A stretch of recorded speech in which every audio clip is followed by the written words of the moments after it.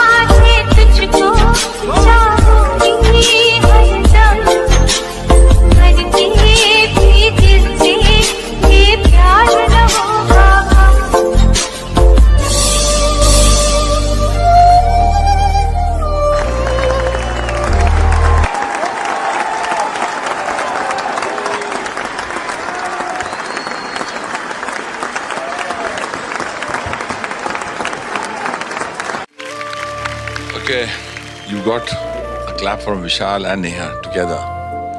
मैंने clap नहीं किया. क्यों सर? क्यों? क्यों सर? आखिर क्यों? The reason is very simple. I'm sorry to say. I really am. And I'm not saying this because you got claps from Vishal and Neha. I'm saying it because इस बार your papa is wrong. गलत बोल गए हो. You know, different interpretation of this song. Grunge, falsetto. तुम कितनी confident हो यार? You take this song to a different level. For me, it's fabulous singing. तू रो रही क्यों? अरे यार, तुम्हें रोते हुए देख के बिल्कुल नहीं अच्छा लग रहा है क्योंकि तुम खुशियाँ डिजर्व करती हो. तुम ये डिजर्व करती हो. ओके सर, ओके, धन्यवाद sir, okay sir. For more updates, subscribe to our channel, click the show links and enjoy watching the videos.